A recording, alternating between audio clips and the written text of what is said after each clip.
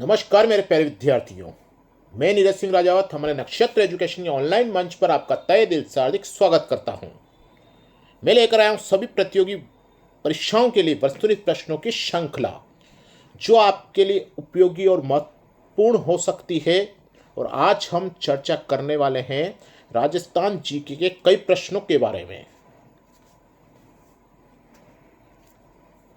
इससे पहले हम 250 प्रश्न हल कर चुके हैं। अब हम चलते हैं आज के प्रश्न की ओर। राजस्थान में अरावली पर्वत श्रृंखला के विस्तार की क्या दिशा है? राजस्थान में अरावली पर्वत श्रृंखला के विस्तार की क्या दिशा है? उत्तर से दक्षिण, दक्षिण पूर्व से उत्तर पश्चिम, दक्षिण पश्चिम से उत्तर पूर्व और पश्चिम से पूर्व। प्रश्न को ध्यान से पढ़ें और ध्यान से पढ़कर प्रश्न का उत्तर देने की कोशिश करें। पहले प्रश्न को समझें। प्रश्न क्या पूछ रहा है हमसे, किस बारे में हमसे पूछा जा रहा है? राजस्थान में अरावली पर्वत श्रृंखला के विस्तार की क्या दिशा है? उत्तर से दक्षिण, दक्षिण पूर्व से उत्तर पश्चिम, दक्षिण पश्चिम से उत्तर पूर्व, पश्चिम से पूर्व। हमारा आंसर होगा दक्षिण पश्चिम से उत्तर पूर्व। अब चलते हैं अगले प्रश्न की ओर। हाड़ौती के पठार में राजस्थान का कौन सा क्षेत्र सम्मिलित किया जाता है? हाड़ौती के पठार में राजस्थान का कौन सा क्षेत्र सम्मिलित किया जाता है? दक्षिण पूर्वी, दक्षिणी, दक्षिण पश्चिमी, उत्तर पूर्वी। हाड़ौती के पठार में राजस्थान का कौन सा क्षेत्र सम्मिलित किया जाता है? दक्षिण पूर्वी, दक्षिणी, दक्षिणी पश्चिमी, उत्तरी पूर्वी। हमारा आंसर होगा दक्षिण पूर्वी। अब चलते हैं अगले प्रश्न की ओर। और इसी तरह से हमारी श्रृंखला चलती रहेगी। आप श्रृंखला का आनंद लेते रहें, ध्यान से पढ़कर प्रश्नों का उत्तर देते रहें। चोकला, मगरा, पुंगल किस पशु के प्रकार हैं? चोकला, मगरा, पुंगल किस पशु के प्रकार हैं? बकरी, भेड़, गाय बैल, ऊंट। चोकला, मगरा, पुंगल किस पशु के प्रकार हैं? बकरी, भेड़, गाय बैल, ऊंट। हमारा आंसर होगा भेड़। अब चलते हैं अगले प्रश्न की ओर। और इसी तरह से हमारी श्रृंखला चलती रहेगी। आनंद लेते रहें, आप ध्यान से पढ़कर प्रश्नों का उत्तर देते रहें। सरसों उत्पादन में राजस्थान का भारत में कौन सा स्थान है? सरसों उत्पादन में राजस्थान का भारत में कौन सा स्थान है? प्रथम, द्वितीय, तृतीय, चतुर्थ। हमारा आंसर होगा प्रथम। अब चलते हैं अगले प्रश्न की ओर। कोटा बैराज का निर्माण किस उद्देश्य से किया गया है? कोटा बैराज का निर्माण किस उद्देश्य से किया गया है? विद्युत उत्पादन, सिंचाई, विद्युत उत्पादन एवं सिंचाई, उद्योगों को जल आपूर्ति हेतु। कोटा बैराज का निर्माण किस उद्देश्य से किया गया है? विद्युत उत्पादन, सिंचाई, विद्युत उत्पादन एवं सिंचाई, उद्योगों को जल आपूर्ति हेतु। हमारा आंसर होगा सिंचाई। अब चलते हैं अगले प्रश्न की ओर।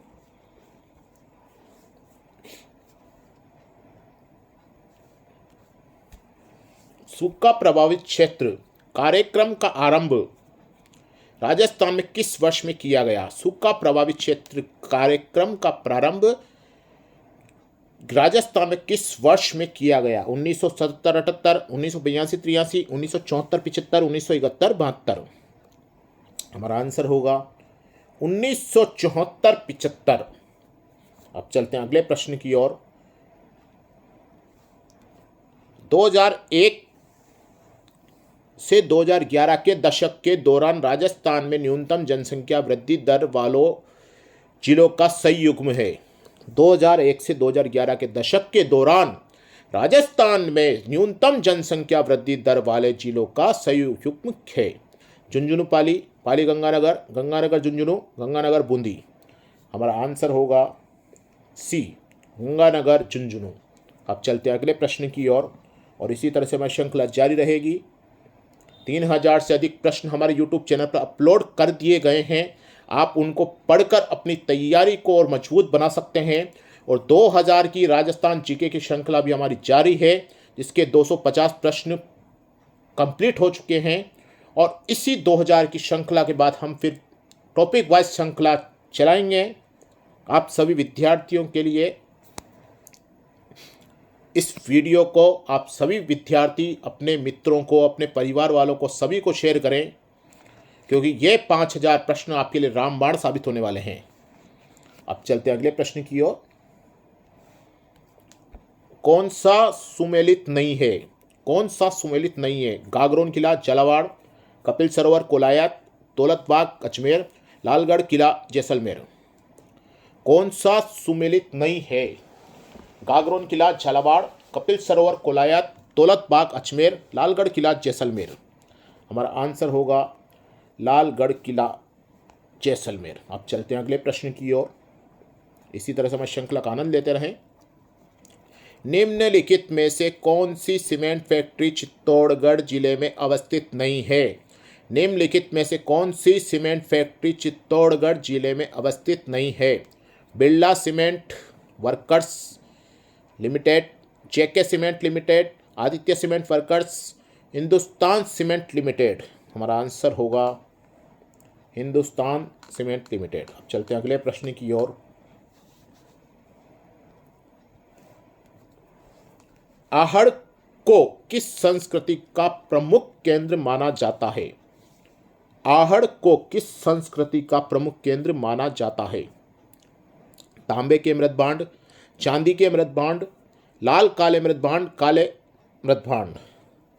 आहड़ को किस संस्कृति का प्रमुख केंद्र माना जाता है?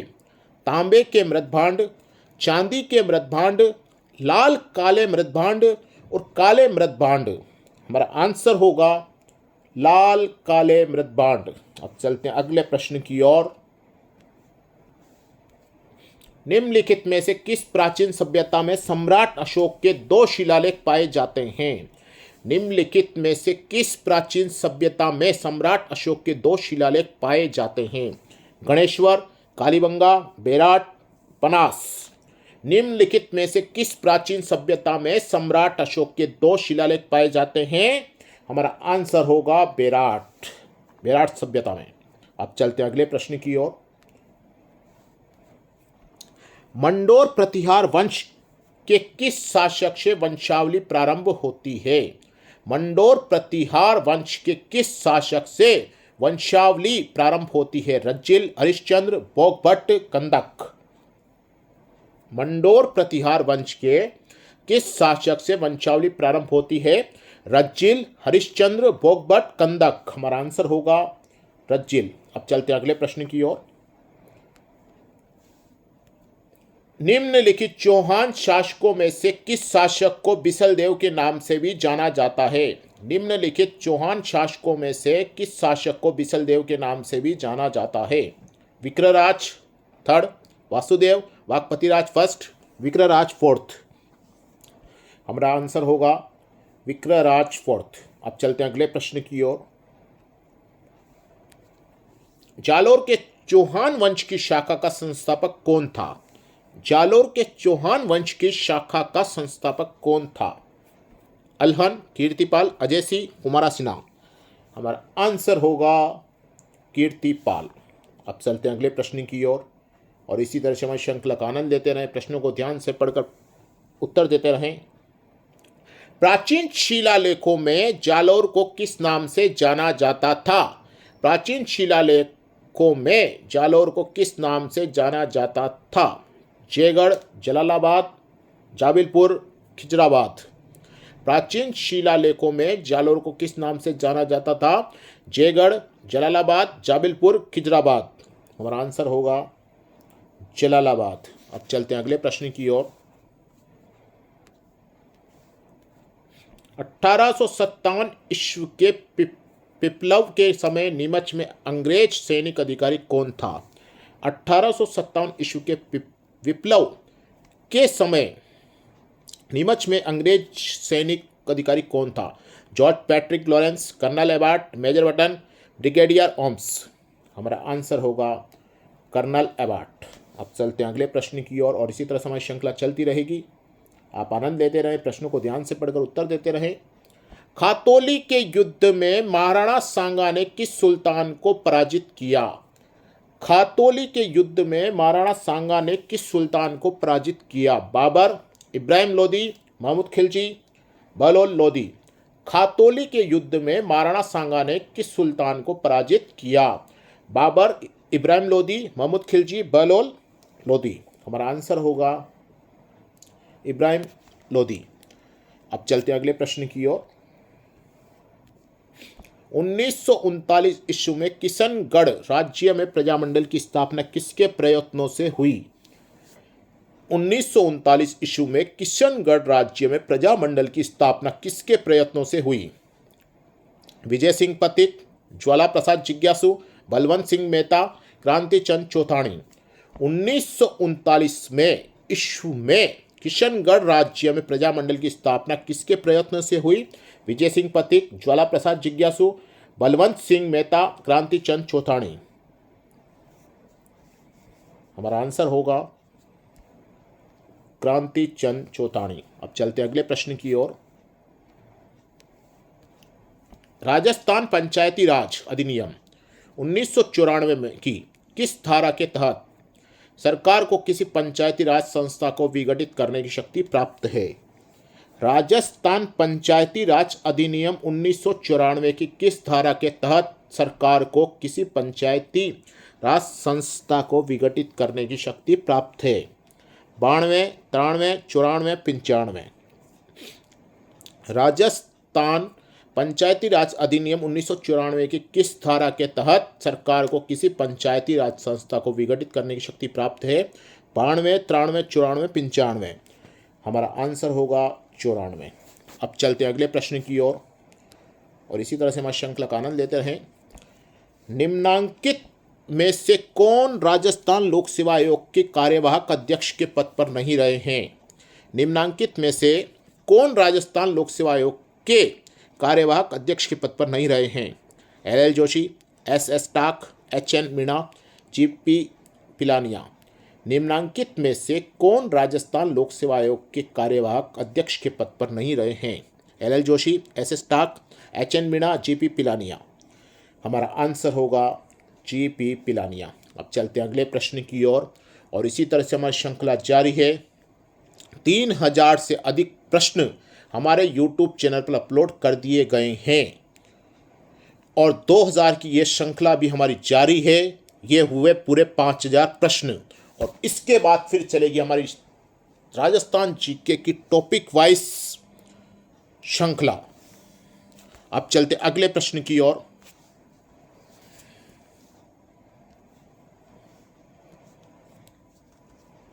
8 सितंबर 2022 को किस देश के प्रधानमंत्री ने राजस्थान के अजमेर शहर में स्थित दरगाह की जियारत की थी? 8 सितंबर 2022 को किस देश के प्रधानमंत्री ने राजस्थान के अजमेर शहर में स्थित दरगाह जियारत की थी? Indonesia, Malaysia, Bangladesh, Afghanistan.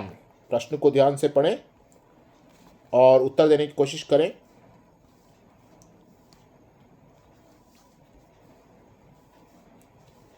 पहले प्रश्न को समझें, प्रश्न क्या कहता है।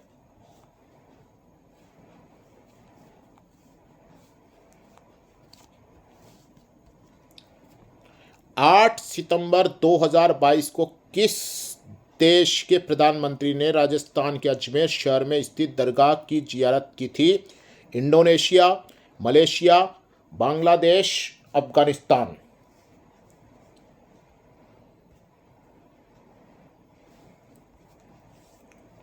हमारा आंसर होगा बांग्लादेश। अब चलते अगले प्रश्न की ओर। राजस्थान की नई पारिस्थितिकी पर्यटन नीति कब लागू की गई? राजस्थान की नई पारिस्थितिकी पर्यटन नीति कब लागू की गई? 2019 में, 2020 में, 2021 में, 2022 में। हमारा आंसर होगा 2021 में। अब चलते हैं अगले प्रश्न की ओर और इसी तरह से हमारी श्रृंखला का आनंद लेते रहें। राजस्थान में पहला महिला संचालित सहकारी बैंक स्थापित करने के लिए राजस्थान ने किस राज्य के स्त्री निधि क्रेडिट सहकारी संघ के साथ समझौता ज्ञापन हस्ताक्षरित किया है? राजस्थान में पहला महिला संचालित सहकारी बैंक स्थापित करने के लिए राजस्थान ने किस राज्य के स्त्री निधि क्रेडिट सहकारी संघ के साथ समझौता ज्ञापन हस्ताक्षरित किया है? गुजरात, तेलंगाना, आंध्र प्रदेश, तमिलनाडु। हमारा आंसर होगा तेलंगाना। अब चलते हैं अगले प्रश्न की ओर।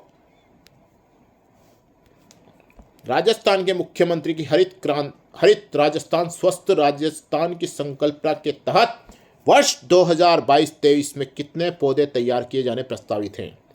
राजस्थान के मुख्यमंत्री की हरित राजस्थान स्वस्थ राजस्थान की संकल्पना के तहत वर्ष 2022-23 में कितने पौधे तैयार किए जाने प्रस्तावित हैं? 1 करोड़, 2 करोड़, 5 करोड़, 10 करोड़। हमारा आंसर होगा 5 करोड़। अब चलते हैं अगले प्रश्न की ओर और इसी तरह से हमारी श्रृंखला चलती रहेगी। अब देखते हैं आज का अंतिम प्रश्न। वित्तीय वर्ष 2022-23 में राजस्थान की इंदिरा गांधी शहरी रोजगार गारंटी योजना के लिए बजट प्रावधान है। वित्तीय वर्ष 2022-23 में राजस्थान की इंदिरा गांधी शहरी रोजगार गारंटी योजना के लिए बजट प्रावधान है 400 करोड़, 800 करोड़, 1200 करोड़, 1600 करोड़। हमारा आंसर होगा 800 करोड़। ये थी हमारी आज की प्रश्नों की श्रृंखला। हम फिर मिलेंगे नए प्रश्नों के साथ। धन्यवाद।